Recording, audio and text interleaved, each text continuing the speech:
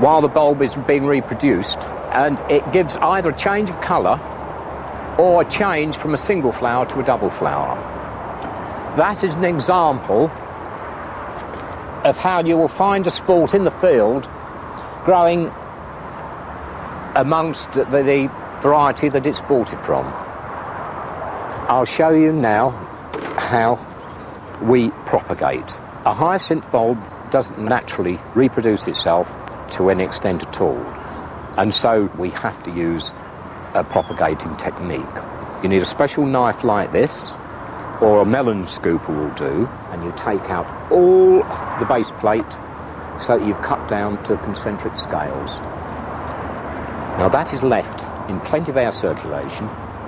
You do this actually July, beginning of August, because you want the high temperatures to stimulate the growth of small bulbils round the inside. After about 2 or 3 weeks, those cut edges will callus over. The bulb then goes into an incubation chamber at about 25 to 28 degrees centigrade for up to 3 months. At the end of that 3 months, around the inside of those scales, small bulbils will have developed and they'll grow to roughly the size of small peas. The bulb is then planted out, and then in the spring, I'll illustrate this by growing one in a pot, the growth will start emerging like this. And if we tip it out, whoops, and wash it off, and you can see all the small bulbils coming from underneath of various sizes. They will grow on and produce bulbs about the size of marbles. By the time the leaves die down at the end of June, you then lift the bulbs and grow them on for 3 or 4 years, and they become full-size flowering bulbs again. And if you've got spring flowering hyacinths in bowls, then it's well worth planting those out in the garden too. But if they were specially prepared for Christmas, then they're going to take many years before they flower, so it's really not worth keeping them. It's better just to throw them away. Now, don't say we never bring you romance. This is my new dustbin. It was presented to me by the local council and replaces my 2 conventional bins. Now, one of those I should drill holes in the bottom and use it for a compost container. Absolutely perfect. But for the other one, I've got an even better use. Every living thing needs water to survive, so a surefire way of attracting wildlife into your garden is to build a pond. Now, if your garden's very small, the pond can be small too, so I'm going to make one out of my old dustbin. They're very easy to cut off with a hacksaw, but you need to get the top straight, of course. So what I did was to measure up from the bottom to the top here, all the way round, and then put a piece of tape on to give me a dead straight line, and then I just cut it off with the saw. And then the pond goes in the hole. It's important to put it in a hole because that will keep the water cool and clear from green algae. Now, obviously, you need to get it level because water will, of course, find its own level all the time. So level it in with a spirit level first of all and check it both ways. That's about right. Now, when you come to fill in the soil around the sides, bear in mind that the plastic is really quite flimsy and it will be very easy to distort the shape of the pond as you're backfilling. So what you need to do is to fill up the pond with water as you're putting in the soil.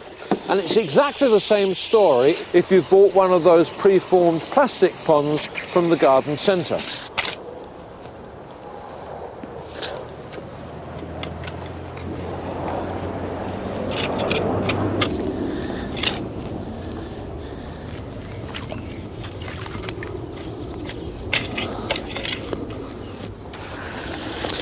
Right, now you put a little bit of soil in the bottom of the pond, which will be a nice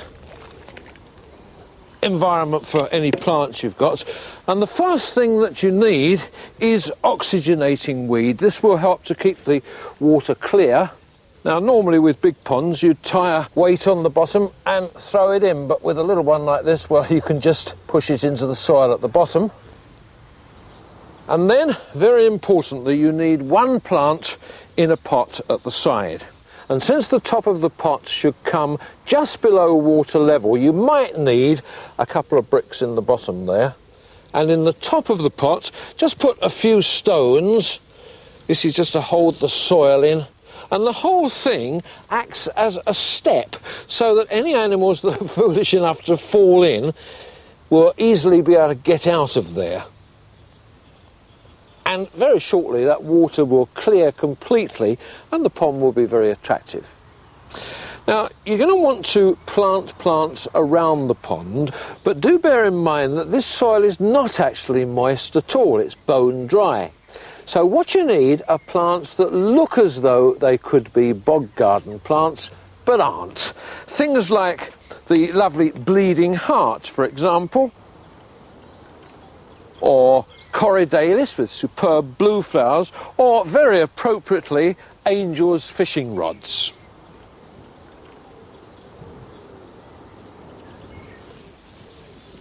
Now in the summer, that's going to look splendid. And of course, summer really is the time to view gardens, and that's when Gay Search visited the garden of the late Roald Dahl to talk to Felicity Dahl. One of the best-loved children's authors in the world, Roald Dahl lived and wrote here at Gypsy House in Buckinghamshire for most his working life. He was a keen gardener and passionate grower of orchids and pelargoniums, but from his garden he took not only great pleasure, but also inspiration for his books. This is the Gypsy Caravan featured in Danny, Champion of the World, and the garden also gave him the idea for James and the Giant Peach, the cartoon version of which has just opened in America to rave reviews. And here's the wonderful, wonderful peach tree. When Lissy, as Felicity's called, arrived in 1983, he encouraged her to take on the garden. But how much did she know about gardening then? Nothing. I was a complete amateur. Ross certainly wasn't an amateur. But he thought, well, I'll let her go. I'll just let her do it, and she'll probably realise her error. He never bossed you around or anything. He'd say, well, all right, if you think, yes, have a go, see what it looks like. The first thing we did was the herb beds in the front of the house. Then I wanted to put the path back. And I did that by putting the lavender borders each side. And originally I planted 4 different types of lavender, thinking I was terribly clever. And of course it looked hideous. It never came out together, and then it got very leggy. So I uprooted all of that, and I found that there was a man in Jersey who specialised in lavenders. And so I rang him and explained my dilemma, and he said, right, you need number 9. I have no other information other than it's number 9.